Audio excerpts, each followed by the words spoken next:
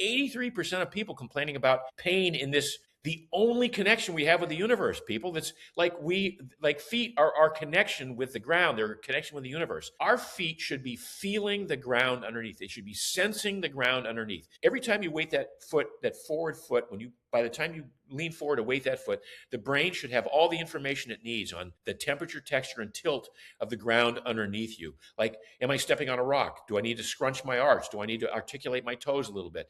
Am I stepping on a stick? Am I stepping in a divot, in a hole, in a chuck hole? Do I roll my ankle out just a little bit so that I don't tweak my knee? All that information is what the brain needs to organize your kinetic chain. If you bypass that information by putting the foot in a thick, restrictive, cushioned shoe, then the brain has to guess. I'm Garrett Salpeter, and I believe that the most powerful and transformative way to help people recover from pain and injury, heal from trauma, and reach their highest levels of fitness and performance is to focus on the nervous system. In this podcast, we'll share knowledge from the frontiers of neuroscience and inspirational stories of how applying that knowledge has empowered people from all walks of life to heal, adapt, and grow. Hello, NeuFit Nation. Welcome back to another episode of the Undercurrent podcast. And in the interest of transparency, I'm going to share with you my hidden agenda for today, which isn't so hidden anymore, and that is to make toe shoes trendy. So I have Mark Sisson, who, among other things, is the co-founder of Peluva, this company who has the minimalist toe shoes that I have been wearing for the last many months and I love. So you may know Mark as one of the most influential thought leaders in the Primal or Paleo or Ancestral health movement in the early 2000s. His blog, Mark's Daily Apple, was the second most visited health website on the whole internet for several years behind Mercola. And he wrote the book, The Primal Blueprint, which was a profound influence on me. I actually referenced one of his concepts, the Carbohydrate Curve. I referenced that in my book, The NeuFit Method.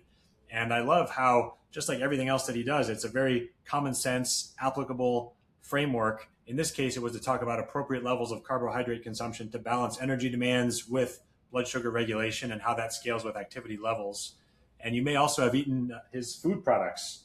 Mark is the founder of Primal Kitchen, which he recently sold to Kraft Heinz. And it was very cool to hear the story. Mark, we were together at a mastermind a few weeks ago, and he was so adamant about having them preserve the quality of the brand and the products, and they've actually done it. So it's been a very successful transition. And today we're going to talk a lot about Mark's newest book, which is Born to Walk. And in many ways, I think of it as a sequel to the Primal Blueprint. It also talks about the importance of barefoot shoes. So we'll talk about that and his company, Peluva. And just one final comment before we dive in. I was at this event with Mark and saw him in person, how in his early 70s, he's a fit, vibrant, active, fit, dynamic man. And he's really leading by example, and how these lifestyle principles that we're going to talk about can impact longevity. So Mark, thank you for joining us. Thank you for your work and for truly leading by example. Oh, it's my pleasure. I appreciate that. And it's great to be here, Garrett. Great to share this information with your audience today. And I want to open by sort of commenting the carbohydrate curve. That is one of the things I'm most proud of in all of the investigative work I've done over the years. It really, to this day, it fits every sort of way of eating, every template that I hear about, whether it's low carb, low fat, high fat, keto, carnivore. The concept was, as you recall, and by the way, I haven't thought about this for like 10 years because it really hasn't come up. I worked on that graph. I worked on that, that sort of icon that we put in the book for a long time to see if I could distill all these concepts into a pictogram. And that notion that nobody needs more than 150 grams of carbs a day was sort of the central defining part of that. Nobody other than, competing athletes or whatever. So very, very proud of that carbohydrate curve. That's good. I liked it so much. I put it into my own book. So well done. Well done there. Thank you. I think it is just a very good basic framework. You talk about these parameters and then how it scales with activity. And like many of the other things that you talk about here, it just is very clear, and it's part of this coherent message that you share. So one of the things that, just to help everyone understand where you're coming from, for people who may or may not know as much about your story, can you walk us through, pun intended, I suppose, walk us through your journey on how you became so passionate about ancestral health principles and ended up as one of the leaders of this movement? Yeah, sure. Always interested in health and fitness from a very early age, like 12 or 13 years old. I was reading Adele Davis, who was the sort of preeminent nutritionist of the 20th century.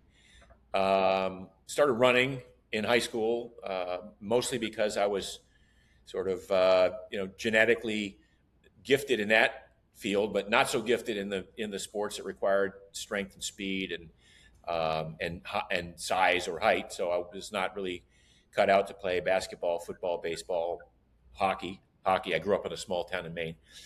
So I gravitated toward running, and I became pretty good at it. I ran to and from school every day as a means of just transportation. So my training started really early. And then when I started jumping in races, first as a freshman in high school and winning the mile and the 2 mile and the track events, and then eventually running on the roads, 5Ks, 10Ks, marathons, things like that.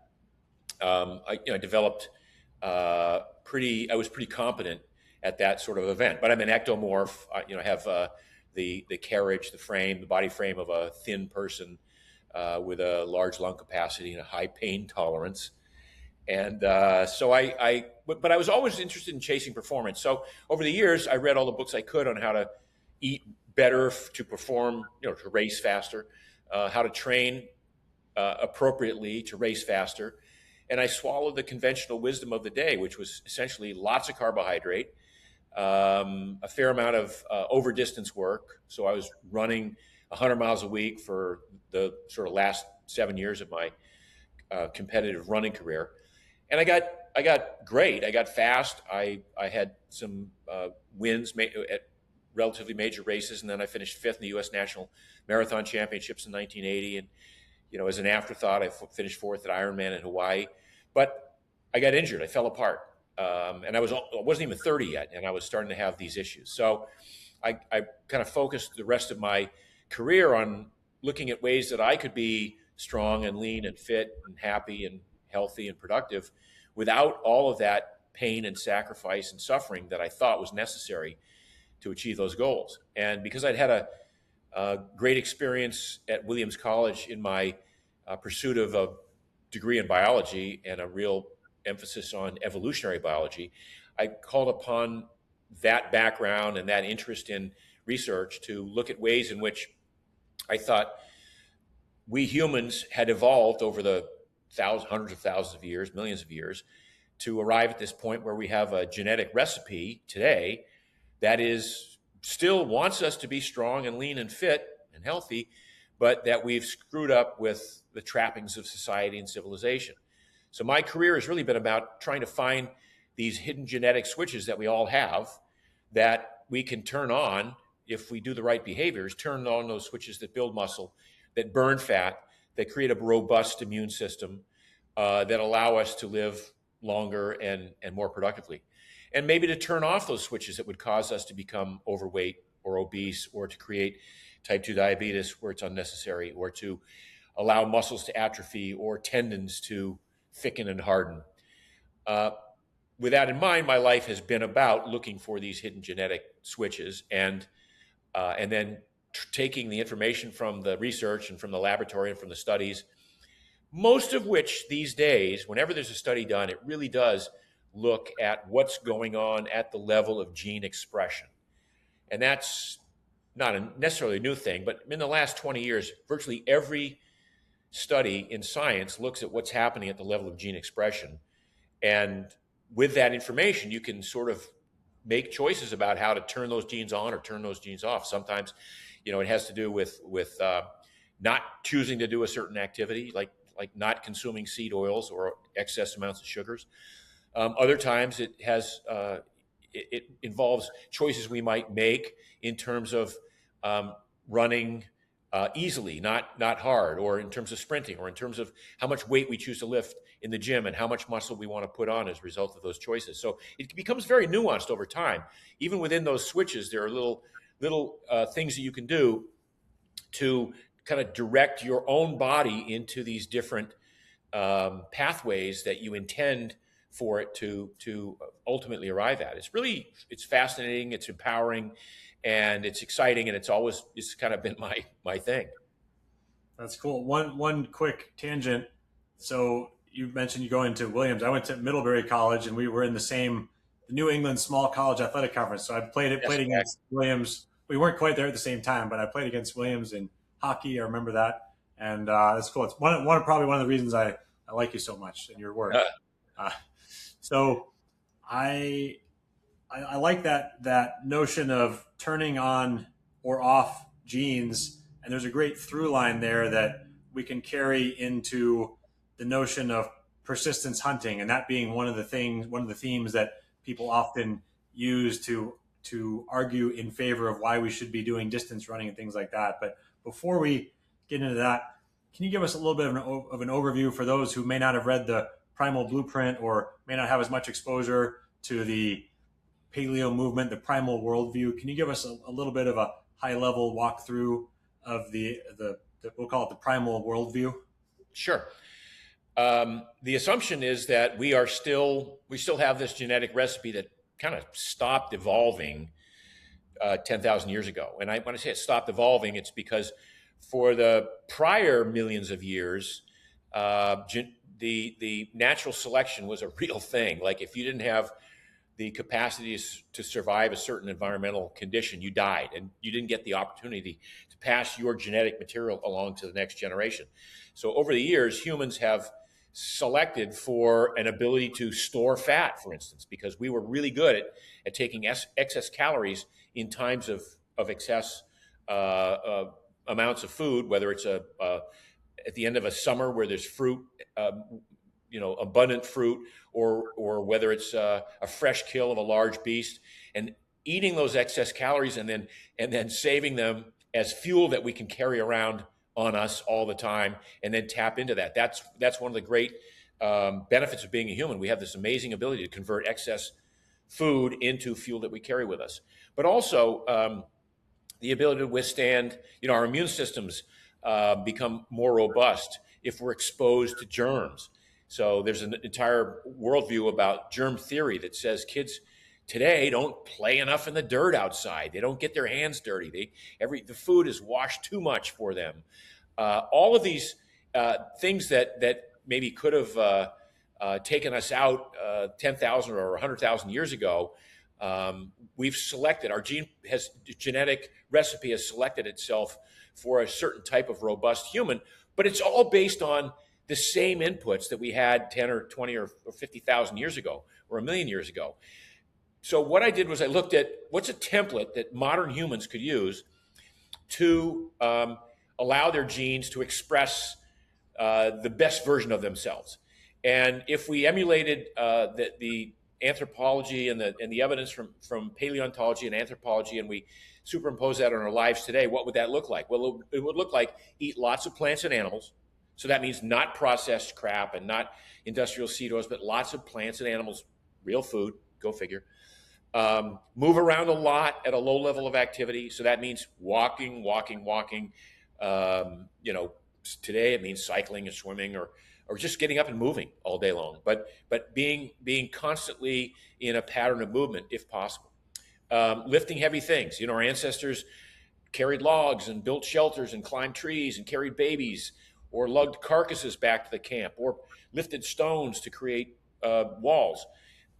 So lift heavy things once in a while. That's what builds muscle. Use your brain. This is something that, as AI's becoming more prevalent, that's probably the thing I'm most concerned about with humans is we're going to stop using our brains.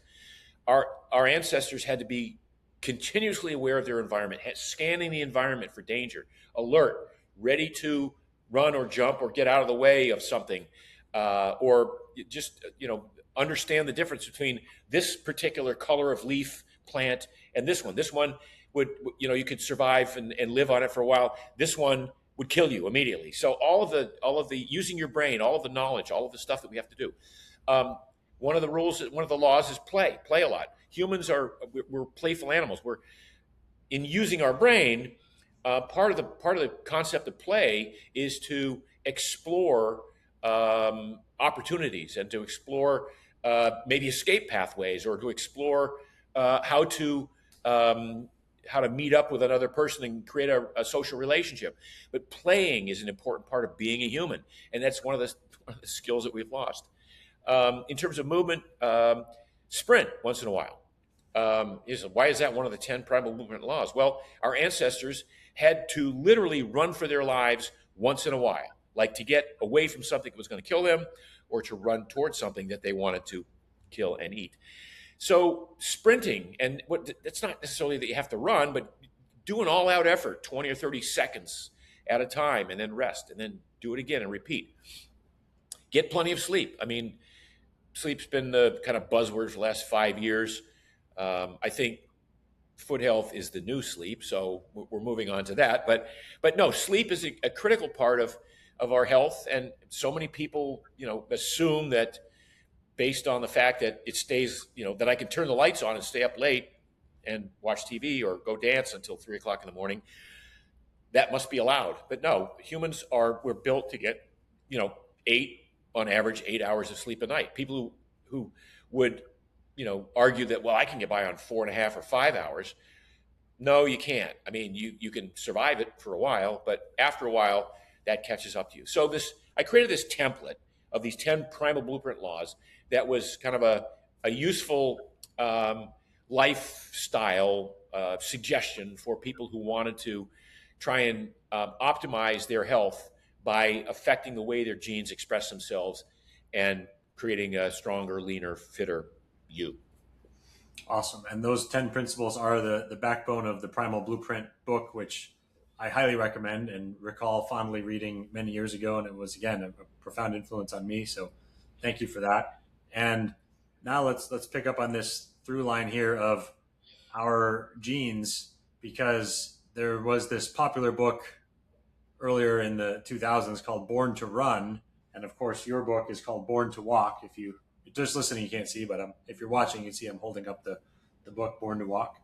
So there was this popular book, Born to Run, and there's this notion out there that persistence hunting, that being able to jog, run, being able to run for long distances is part of our genetic makeup, and that's part of how we've been able to succeed as a species, because we can wear down prey, wear down animals and hunt them and kill them and eat them. So you do a good job in the book of, I would say, dispelling the myth, or at least clarifying the understanding of what persistence hunting really is. So can we start there? Can you tell us about persistence hunting? Well, first of all, Born to Run was a great book, and Christopher McDougall is a great author, and he weaves a compelling narrative. And in it, he talks about this notion that what makes us human, what allowed us to survive the rigors of a harsh environment and to outlive the predators that were surrounding us, and to become top of the food chain, was this persistence hunting ability. Now, part of it in the anatomy of a human, we have this nuchal ligament in the top of our neck that allows us to run without our head bouncing like you would see in other animals. We have this elongated Achilles tendon, which separates us from other apes, so we can run longer distances and take longer strides as a result of this extended Achilles tendon. We have an opposing thumb, which gives us tool use, and the combination of all those created the opportunity for us to track down other beasts. One other thing that you just brought up is this cooling mechanism that we have, the ability to sweat profusely to cool ourselves down in the heat of the African jungle or the Sahara or whatever plains that our ancestors were trying to chase an animal. You put these all together and it sounds pretty cool. You go out for a hunt, you get a group of humans together who have spears, and you start tracking an animal. You select the weakest of that herd. You track them as they run away. You continue to track them, and you can persistently hunt them for an hour and a half or 2 hours. in the heat of the day, that animal is probably going to, because it's darting left and right and trying to escape, that animal overheats. They don't have the same cooling mechanisms that we do. They're not inclined to be running long distances consistently. So the idea was that humans can track these animals down and then tire them and then jab a spear in at the end of an hour and a half or 2 hour hunt. Now, where it falls apart is on a couple of different planes. One is I have relatively fit friends who have gone on persistence hunts in Africa, and they're not running 7-minute miles or 8-minute miles. They're walking, they're hiding, they're sprinting to this tree, they're tracking, they're sniffing, and they continue to move. And it probably averages 10-minute miles or maybe even slower for this hour and a half or 2 hour hunt. At the end of which, if they're successful, they jab a spear in, they walk back to camp, with the kill. And they don't do it every day. So it's not like you went out and ran every single day. And by the way, if you did that and ran every single day and you had a couple of days where you failed to get the beast, to get the animal, now you've blown through your glycogen reserves. Now you haven't eaten for a couple of days, so there's no carbo loading. So the argument kind of falls apart on several levels. So my take on this is that our ancestors were able to run and could run once in a while, but they because of the scarcity of food and the fact that if you don't eat, any amount of unnecessary activity is going to cut into your survival ability over the next couple of days. You have to be very careful about how you hunt, how often you hunt, maintaining if you've ever watched any of these survival shows where they're, like Naked and Afraid, or some of the ones where they're just, they go for days without eating. They can't figure out how to do it. And every day they don't eat, they get more and more tired and more up, falling apart. Those are people who would never have been able to pass their genetic material along to the next generation. Those are the people who have been caught up in the Darwinian event, this natural selection or survival of the fittest. So the book Born to Walk looks at Christopher McDougall's book Born to Run and says, look, okay, we're born to be able to run. That's great. Our ancestors were able to do this not because they trained every day. Do you think on a day off they said, we don't have a hunt today, let's go do an easy 10-miler? No, that would have been ridiculous. They would have been expending thousands of calories that they did not have it was not prudent for them to expend those calories. So they were just able to do this easy jog, little bit of sprint, little bit of tree climbing and tracking every couple of days because of what the life training was. And the life training was, by the way, moving around a lot at a low level activity, lifting heavy things, and sprinting once in a while. Not because they chose to do it as part of their workout, but because it was part of living life. So humans are able to run. We're just not born to run. We're born to be able to run. But how that impacts and what I wrote about in the book was it makes the running boom of the last 50 years as having been really inappropriate for most people. Like, most people should not be running on a daily basis. In fact, the only people who should be running on a daily basis are what I call runners. They're people who are ectomorphs. They've got long legs. Again, they've got big lung capacity and a high pain tolerance. And if they choose to run every day because they want to race, they want to compete, great. Go ahead and do that. But to think that the average person who's 10 or 15 or 40 pounds overweight is going to start running and embark on this campaign that's going to cause them to build muscle and lose fat, it just doesn't work that way. When you're overweight and you start running, typically what happens is you burn too much glycogen. You don't learn how to burn fat because you haven't done the work with your diet, which you have to do first. And over time, we see the same people who have, they maybe start running to lose 10 or 15 pounds. They never lose the 10 or 15 pounds, or their body shifts from 30% body fat down to from 30% body fat to 33% body fat, but their weight stays the same because every time they come back from a run, they're hungry because they burned off glycogen, not fat, and the brain tends to want to have them overcompensate because the brain knows you're going to go out and do this again tomorrow. Meanwhile, walking is the quintessential human movement. It's something everybody should be doing. Um, it is it's a great way to solidify your fat burning capability, and in context, in the with combining it with a little bit of lifting in the gym and sprinting once in a while, you get robustly fit. And in concert with altering your diet so you become metabolically flexible, you arrive at your ideal body composition. You don't get sick that often, if ever. You maintain muscle mass. You don't get hunger pangs or sort of be driven by your cravings or your appetite. There's a way to do this where it's so empowering that you let go of the concept of I have to eat every 3 or 4 hours. It's amazing. And walking is the best way to do that. Thank you so much for listening to the Undercurrent podcast. If you're interested in learning more about how NeuFit and the newbie can impact your life, please visit our website at www.new.fit, that's neu.fit, so you can learn more about how it might integrate into your professional practice, how you can use it as a patient, and you can also connect with our team there. And you, in the book, you talk about this concept of chronic cardio, about how people are running. As you said, there's this running boom the last 50 years or so where people are told that they just need to run and that's going to magically take care of their body composition and their cardiovascular health and their joint health and all this. And yet there's, as you said, they end up burning glycogen. It reduces their overall ability to burn fat. It doesn't help their body composition. Ends up doing the opposite in many cases. And they get injured, and it's not that good for their joints, and it's weird, and then they don't feel like going to the gym because they're so tired from their very valuable 5 or 6 mile run that they don't feel like they don't have the energy to go to the gym and lift weights, which is what they probably should have been doing.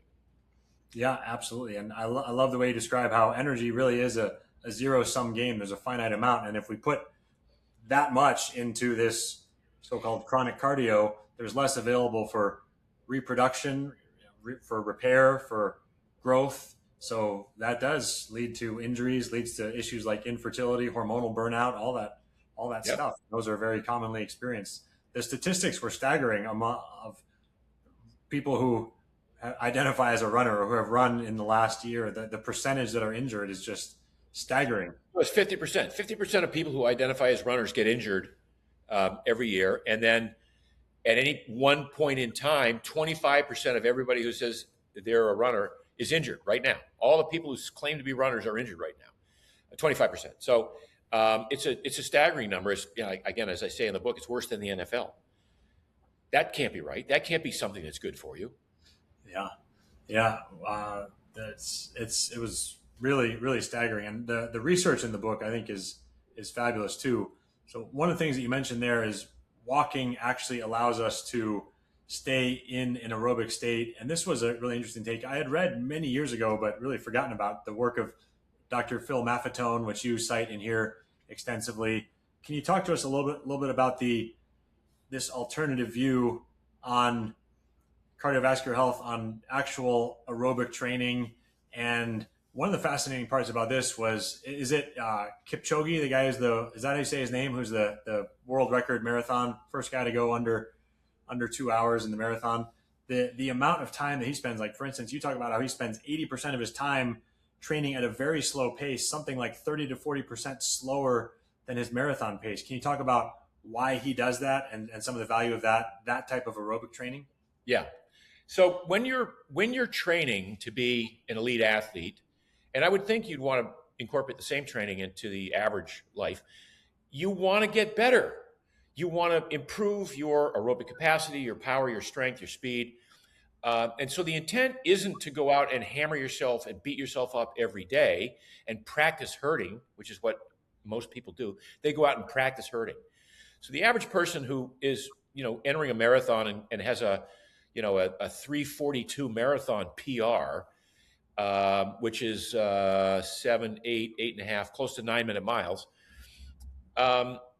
they're not going to get any faster because of the way they train. They train, as we said, in this, what we call the no man's land of training, the black hole of training, which is too high a heart rate to be effectively burning fat and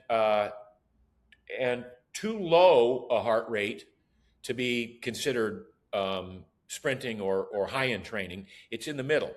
What the world-class athletes do is they say, okay, I'm going to build a strong aerobic base, and I'm going to layer onto that a high threshold so that I can do speed work once in a while, but not all the time. And then I'm going to put it all together in a race where every once in a while I'm going as hard as I can, as fast as I can, as long as I can. What that involves is it involves building this aerobic base, and where Maffetone came in very early and was a real pioneer in this concept, which is as an endurance athlete, what you want to do is you want to go as long as you can, burning as much fat as you can. That's the key, because you want fat to be your primary energy substrate when you're going for over an hour or over 2 hours.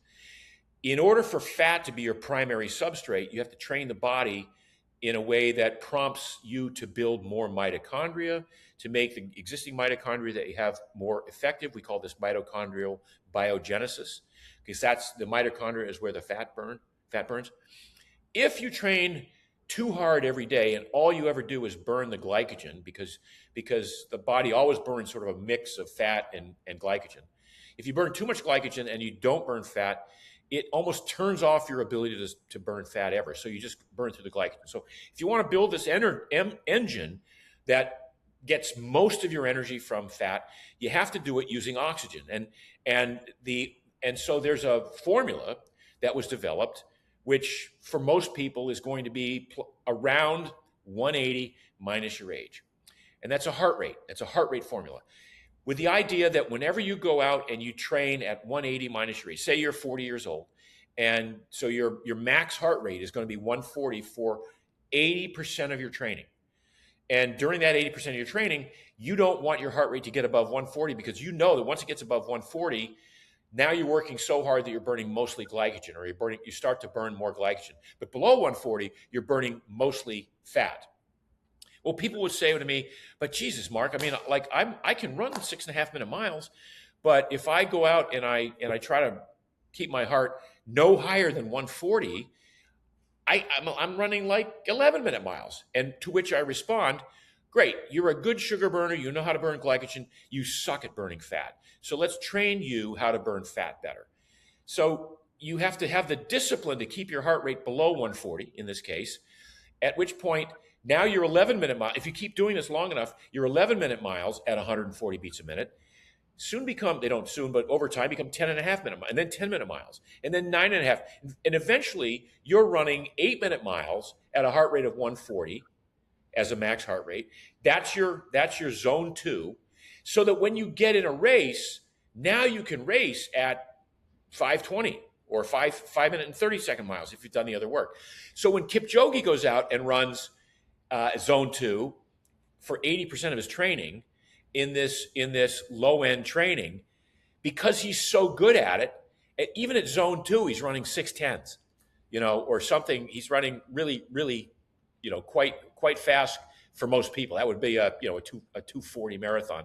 And that's his easy training pace, right? But you have to develop the skill to burn fat in order to maintain. What people don't understand is that the heart rate doesn't change for that zone. It's just that if you do it long enough, your efficiency at that zone improves. You're burning more and more fat. And then what that translates into is when you get into a race, you can run at faster speed. You can race at faster speeds, thus burning more fat and not tapping into your glycogen stores so much. Does that make sense? Sorry, it got a little out of hand there, but yeah, it makes a lot of sense. I love that example where someone regularly runs 6 or 6.5 minute miles, and then when they actually do this heart rate 180 minus their age, they run at that pace, it could be 11 minutes. And that is a clear distinction. Yeah, you're just not as good at burning fat as you are at sugar. I think that's very clear. And then you can, if you have the discipline, as you said, to stay at that heart rate, you can increase the aerobic capacity, the fat burning capacity, all that underlying metabolic, enzymatic, oxygen processing activity. And that eventually will get faster. And that's where, for endurance, this is great. This is something we haven't covered yet on the podcast, perhaps because I don't identify as an endurance athlete, but this is important for all of us. This is, if you have a body, you're an athlete. And if you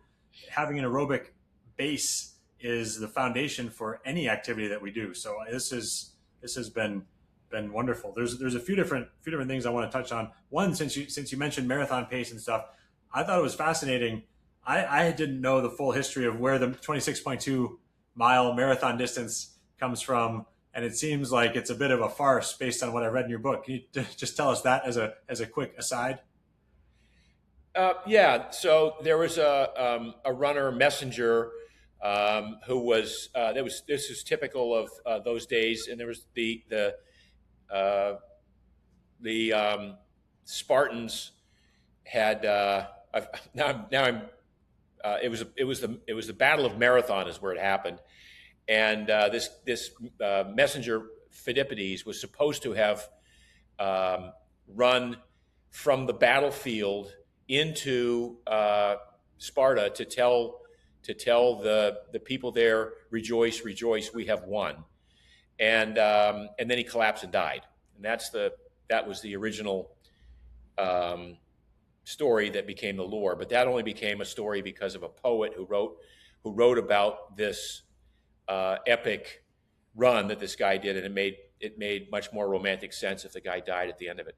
It turns out that amount of that distance, that the actual runner might have covered the distance 3 or 4 times, talking back and forth between generals, and might have run like 250 miles in 3 days, after which he collapsed and died. So there's that part of the story. But then the original part of the marathon distance, it was about 25 miles. So that was the original marathon distance. But then I think it was the 1908 Olympic Games in London, they wanted the marathon to finish in front of the Queen, in front of the palace. And so they had to adjust it to 26.2 miles. And that became the official marathon distance. It was this complete, like, just pulled out of someone's ass, the number. And at some point it became, I guess because it was the Olympic Games, it became the official Olympic distance from that point on. But there was never any merit to this guy who ran 26.2 miles and then dropped dead after informing the townspeople that they had won. It was a much more complex story than that. Thank you for that. I thought that was a funny story, and it goes to show how many things that we sometimes feel dogmatically about are just arbitrary, can be made up too. So it's just one of those things that can make us think. Yeah. You were talking, Mark, about this having the discipline to train at the aerobic zone, and you talked in the book about ways to test that. So what is the best way to test it? I believe from reading the book is to pick a distance, run a mile or two at or below that, and then see your pace and then see how that improves over time. Is that essentially the framework to leave people with? Same thing. Great way to do it. Yeah. Just pick a starting point, call it 2 miles or something like that, and again, maintain a normal heart rate, a steady heart rate that is calculated, as we say today, at 180 minus your age. By the way, that's plus or minus 10 based on your fitness level. For most people, it would be whatever would be considered a conversational pace. Like you can carry on a conversation while you're doing it. And if you bumped it up, just a few seconds a mile, you'd have to maybe take extra breaths in between, at which point you're clearly above this particular threshold. So, but the way to test it is every once in a while, just do a self-test of the 2 miles at that heart rate. And you'll find if you do this long enough, and by the way, when I say 2 miles, that means when you're training, you can go do your 4-mile run or 5-mile run or whatever you're doing at that aerobic zone 2 level. And if you do it long enough, then your test results will improve. And so the 2 miles that took you, 22 minutes to do the first time at 140 beats a minute, in this case, is going to take you 19 minutes after a while, and then it'll take you 18. You'll watch your efficiency improve and your time drops at that same heart rate. That's the key, is just keep that heart rate dialed in at the same number. That's awesome. So we have the framework there. And one of the things that you talk about in the book is how this test, this 180 minus your age, is approximately the fat max, meaning the maximum heart rate at which we're still primarily burning fat rather than sugar for fuel. And you also talked about how there's still tremendous value in training below that, about how zone 1 can be very valuable too. So we don't just have to be there, but walking, which for someone like you or me is going to be more zone 1. For some people, walking at a reasonable pace is going to be their zone 2, and that's great. But even that zone 1 activity can still be valuable and can still help increase and improve aerobic function over time. Oh yeah, no, it's really the amount of time you spend moving, and I walk 45 minutes every night at the end of my workday. I might walk during the day too, but just as part of my reset for my brain at the end of my workday, and I'm walking fairly briskly, but I'm not trying to burn calories. I'm not trying to even train. It's just I'm just moving, knowing full well that it is certainly positively impacting my fitness level. Not just my fitness level, but by my biomechanics and my gait because of the footwear that I'm wearing. But there's a lot of benefits to just moving around a lot at this low level of activity, which is again that's basically one of the first laws of the Primal Blueprint, is to move around as much as you can at a low aerobic output. Now, having said that, it also, so many people who are runners who are doing their 10 and 11 minute miles on a regular, consistent basis, training in that black hole, in that no man's land, they would be better served by maybe not even running at all, but certainly keeping their heart rate below that maximum, that threshold there. And then once in a while, again, going to the track and doing high intensity sprints or intervals, right? And that's when you combine the two of them. And then maybe one day a week, if you're a runner and you want to go out and run 5 miles one day a week, I'm not going to keep you from doing that. Call that your persistence hunt if you want. But I've had so many people who I've trained over the years who used to be, a 50-minute 10K runner and ran 35 or 40 miles a week every week, never got better. 50-minute 10K, 50-minute 10K, 50. And then I start putting them into this program where they're spending a lot of their time either walking or rucking with a backpack on or a weight vest, or doing uphill on the treadmill, walking, or hiking with sticks on a trail, hiking, walking, and then doing a couple of sprint workouts, or one sprint workout a week and some weights in the gym. Now they're running a 46-minute 10K. Now they're taking 4 minutes off their 10K time by running much less.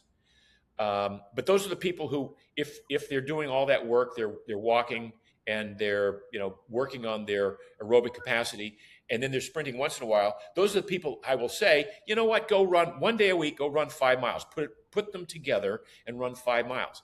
You'll benefit more from that one workout, from the other stuff that you did, than you ever would by doing it every single day, day in and day out, running 4, 5, 6 days a week or 7 days a week, as some people do. It's about, again, pulling it back to this idea that why are we doing this? We're not doing it to practice hurting. We're not doing it to get injured. We're doing it to get better, to improve. And if that's the case, then be real intentional about how you train. Train your aerobic system. Really focus on that. Train your anaerobic system. Focus on that. So do your long, slow stuff longer and slower, and your short, fast stuff shorter and faster. And then when you put them together, now you've created this wonderful, complete system. I love that. So one question, or you did mention along the way there, using minimalist shoes and how that helps your gait. I want to go there next with one quick point here. We talked about how the marathon is an arbitrary construct. There's also this notion out there which has a lot of good, but is also arbitrary, of doing 10,000 steps a day. What are some of your guidelines for thinking about appropriate amounts of walking? Of course, it depends on someone's goals, if they are a runner, through this, where their current fitness levels and stuff like that. But what do you think about the 10,000 steps a day and just that whole notion of volume of activity? Is it? I mean, when you talk about your first law being lots of low level movement, is it essentially more is better?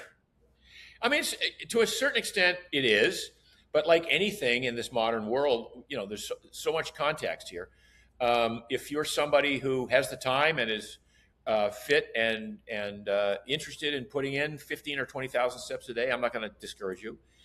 The 10,000 steps a day notion is, again, it comes from a Japanese pedometer company a bunch of years ago, like several decades ago, that decided they had this device that could track the number of steps that you would take every day. And they just said, we think you should get 10,000 steps a day. And that, for some reason, that became The standard was 10,000 steps a day. That's 5 miles of walking for some people. It's 5 miles of walking for me. So, do I have time to walk 5,000 steps a day? I don't. So some days I get 4,000 steps. Some days I get 14,000 steps. But I'm looking at not so much getting a straight 10,000 steps as I am finding ways to move throughout the day. Even if that's pacing when I'm making a phone call, I'm moving around my apartment with my earbuds on, making phone calls, or I'm out on a walk making phone calls. So I'm looking at ways to move, not to burn calories, not to write something down in my journal about how much I got done, but just to be moving through different ranges of motion and planes of action throughout the day. It's more about the body needing to maintain mobility and agility than it is to train with a particular goal of losing weight or whatever. It's really just about, we are these quintessentially walking animals. I mean, we're bipedal. One of the things that really didn't get brought up that much in the book Born to Run, and the mention of the nuchal ligament in our neck. Most animals have a nuchal ligament because they're tipped over and the head would flop, or don't have a nuchal ligament. They're standing on four legs, right? And that's how they're built, with four legs. We are like, name me 5 other animals that are bipedal, that don't have wings or tails. You can't. We're basically unique in our bipedalism. So of course we have this ligament that keeps our head from bouncing a little bit as we run. That's part of the development of coming out of the trees and being arboreal and being terrestrial and covering lots of ground, walking. And as I say in the book, humans populated this earth by walking, not by running. So walking is a quintessential human movement, and we should all be doing it all the time. So how many steps does that look like? If you're somebody that doesn't walk at all, 2,000 steps a day is a great number. If you're somebody who walks a little bit, 5,000 is a better number. But there's no real magic to the 10,000. And by the way, it may be, based on this sort of notion that I have that people should be moving throughout the day, it might be that it's better to do 5 10-minute walks a day than one 50-minute walk a day. Because the people who do the 50-minute walk think, okay, check that box off. My movement for the day is done. I can sit at my desk or go back and watch TV or go to bed or whatever it is. Versus somebody who's taking walking breaks, every hour or two throughout the day, able to get up and move their body. One of the requirements of reasons we walk is humans, as bipedal animals, our lymphatic system wants us to be moving all the time. So just moving lymph through our system, which is a toxin clearing system, kind of requires movement, and certainly walking is the best way you could do that. Yeah, and if you just do the one walk a day and it's stagnant, your lymph stagnates for the other 23 hours of the day, that's problematic. Whereas if you have the shorter bursts every hour or 2 or 3, that clearly is much more beneficial from that perspective. So I think that's great. And you mentioned earlier that foot health is the new sleep, which I love that. So I would like to transition to our last big topic for the day here. And just like you talked about in Born to Walk, about how chronic cardio, we've essentially been sold a bill of goods, all the promises of regular running for health, for body composition, all that. It turns out for most people, most of the time is not true. We've also been sold a bill of goods on modern shoes, and how I like the saying brace and encase, which is essentially what modern footwear does to our feet, to our bodies. So can you talk about some of the issues with the modern shoes that are sold to runners and why they have created a lot of problems?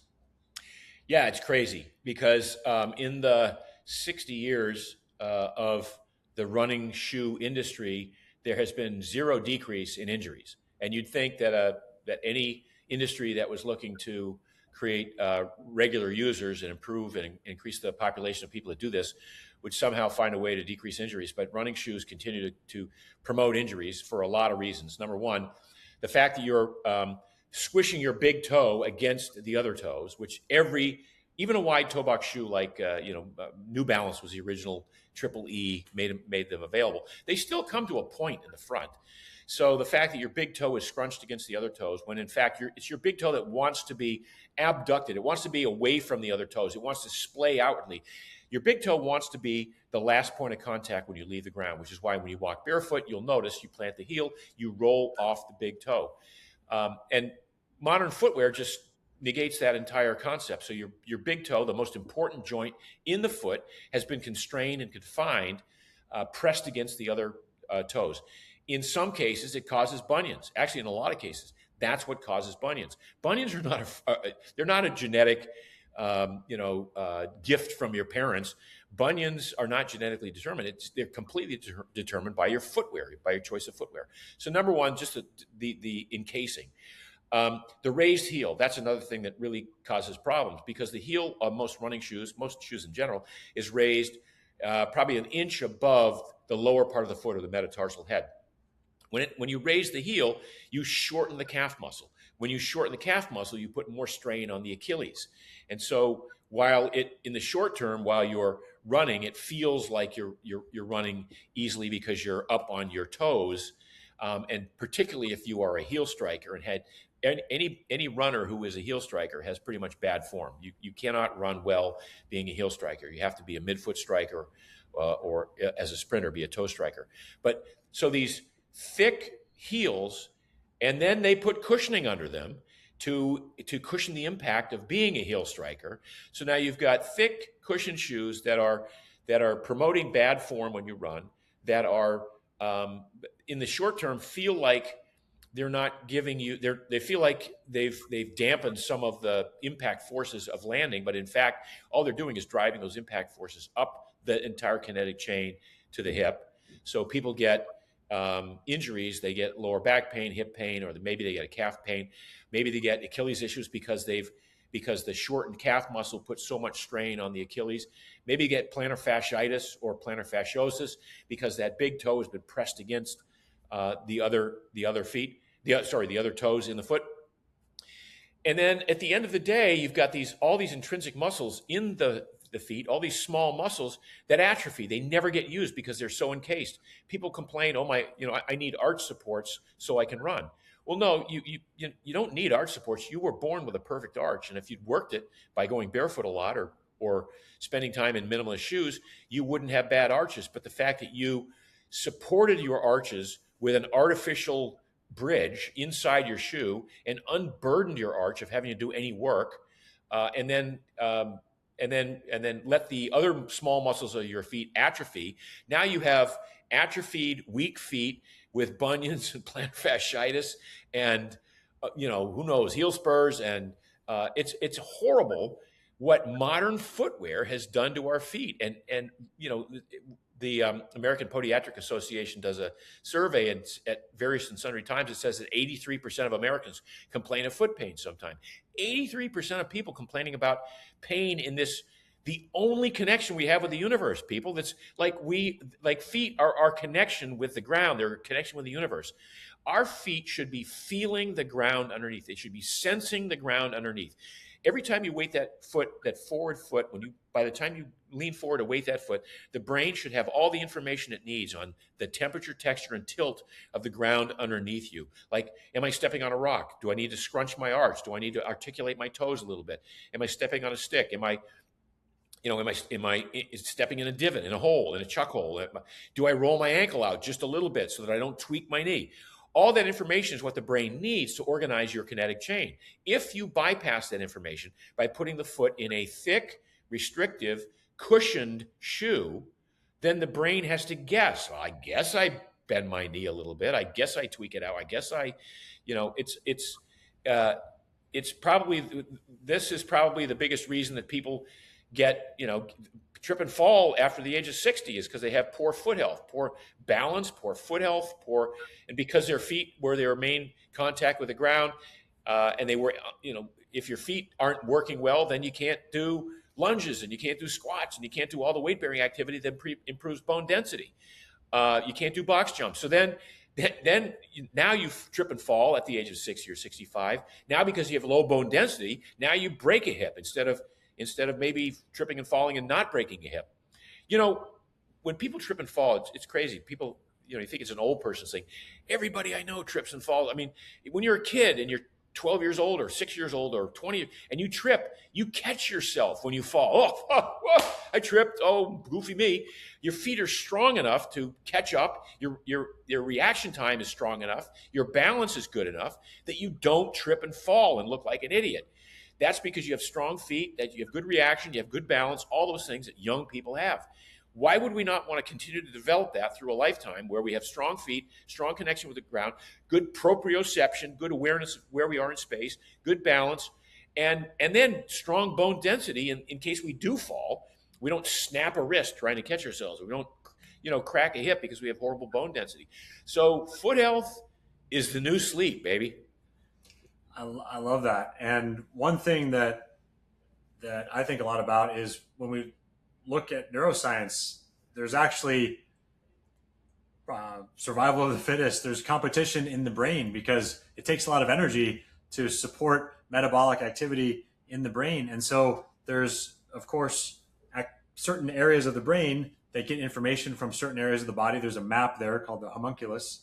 And if the information from the feet is diminished because we're not getting input, because we're walking around on cushioned shoes and there's not as much information coming from the foot up to the brain, that part of the brain will actually get taken over by other areas and will be less capable over time of paying attention to the feet, of processing, paying attention to using that information, so that, as you said, Mark, when someone, of course there's a risk of falling. If someone is going to fall, what happens is we don't stay in balance. We lose our balance and we catch our balance and we adjust. We make these adjustments to keep our center of mass over our base of support. And in order to do that, we have to get, as you said, the reaction time. We have to be able to process that quickly enough to make those fine adjustments to lose and then catch our balance. If we're not getting that information clearly and accurately enough or quickly enough, we don't have the ability to make those adjustments. So it's so fascinating. We talk about neuroplasticity as this ability for the brain to change, and we think it's wonderful, and it is, but neuroplasticity itself is just neutral. There's also a dark side to it, and that is use it or lose it. If we don't use these pathways, it's not worth the energy and resources to maintain them, and so they will atrophy, they will diminish over time. Yep. And so that brings us to the wonderful contrast of shoes like these Peluvas, which are essentially the opposite of all the negative things that you just listed off. If you're listening, you can't see, but if you're watching, you see I'm holding up one pair of Peluvas I have. I originally first bought Peluvas. I bought the golf shoes, which actually have little spikes on the bottom, and these are their version of a trail shoe. So the shoes there are wonderful. I highly recommend them. What's your take on why the world needed these here? Oh my God. I mean, I've always been a fan of being barefoot, and I had to quit running as a result of the footwear. I mean, I got injured as a result of the early versions of the elevated cushion shoes. I put in way too many miles doing those because they were forgiving. They were forgiving of the striking of the bottom of the feet. Taking a step back, before those heavy cushion shoes came in, good runners, best runners, of which I was one, could only do 45 or 50 miles a week in thin quarter-inch thick shoes, because it was the feet that told you that's enough running for the week, that's enough pounding. And then along came Phil Knight and Bill Bowerman at the Nike OTC, and then the Oregon Track Club, and then Nike, and said, let's make thick cushion shoes so great runners can put in more miles. And of course, great runners did put in more miles, but then a lot of crappy runners put in a lot of miles and got injured too. That part is history. Because I got injured doing that, and I was an early fan of the five-toed shoes that came out about 20 years ago, I thought this is an amazing idea. Like, feet should be, you should feel the ground underneath you. You should feel everything you step on, and it should feel good. It should feel like a foot massage. The big toe should be able to move outwardly. The toes should individually articulate and be able to move up and down independently. Feet should splay every time you sprint or every time you walk upstairs, that your toes should splay outwardly. That's what they want to do. And yet every shoe prevents that. So my son and I developed this shoe that has just enough cushion so that you can walk on concrete. I do 10, 15 miles a day sometimes when I'm in Europe on concrete. And it feels wonderful. I mean, in the old five-toed shoe, the real thin ones, and there's some other non-five-toed shoes that call themselves minimalist shoes today that are just too thin, and I get bone bruises if I walk more than 2 or 3 miles in them. So I wanted to put just enough cushion, like 3 millimeters of extra EVA cushion, to be able to navigate concrete and pavement, all day long. I wanted a shoe that I could sense everything underneath. So it's just enough cushion, but also I could still sense, every dimple on a manhole cover or every cobblestone that I walk on. We call cobblestones foot candy. It feels so amazing. I wanted a shoe that I could hike off, backpack or ruck and not think I'm going to twist a knee because I've got a stiff-soled hiking boot on, and the stiff boot is going to, protect my feet. But then if I step on a rock sideways or the wrong way or slip off it on a slippery rock or crossing a stream, I'll screw my knee up. I didn't want that. So I wanted a shoe that could mold around a rock and would allow my ankle to accommodate that and roll just a little bit and my toes to articulate. So we created what I think is the ideal shoe. It basically gives you the barefoot experience in a modern world, which is full of concrete and pavement and hardwood floors and marble floors and tile floors and dog crap and needles and glass and all that other stuff that we encounter on a regular basis. And we're gonna set up a website. We just bought the URL, but it's like so many thousands, like tens of thousands of tear-jerking testimonials about how they didn't think that this was going to be, that they thought they'd never walk this, without pain again, and people's lives are being transformed by this. So it's one of the most gratifying things I've ever done. I love it. I'm such a huge fan of these shoes. I want to promote the heck out of them because I don't want to be the only guy in almost every room that I'm in, except when we were together in Phoenix. I'm usually the only guy wearing these shoes. I want to be more. I want more guys and girls to join. Yeah, so you do, for sure.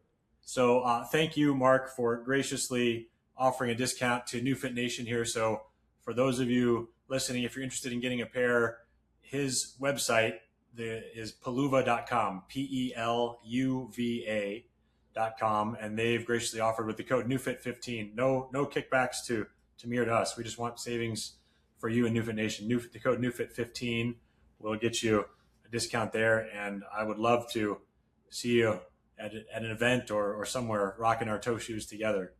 That'd be great. Fun. So, that'd be great. Mark, last question: if you had one message that you could shout from a mountaintop for everyone to hear, or put on a billboard for everyone to see, what would that message be? I mean, it's a little sobering, but I've said this a lot, but for your audience, once you stop moving, you start dying. That's so true. Yeah. That is so true. And I guess the less sobering, the more optimistic version of that is, if we want to live longer and have more vitality, we keep moving. That's it. Yeah. So we can frame it in the positive. So Mark, I come from the glass is half empty side sometimes. Up in Maine. There we go. Yeah, that's it. The days are too short. That's right. But thank you so much, both for your body of work and contributions over decades, and also for coming on the show and sharing your wisdom and perspective, and the generous discount for our community here. So Mark, I'm very grateful to you. Thanks. Yeah, my pleasure, Garrett. And thank you, dear listener, for tuning into this episode. We will see you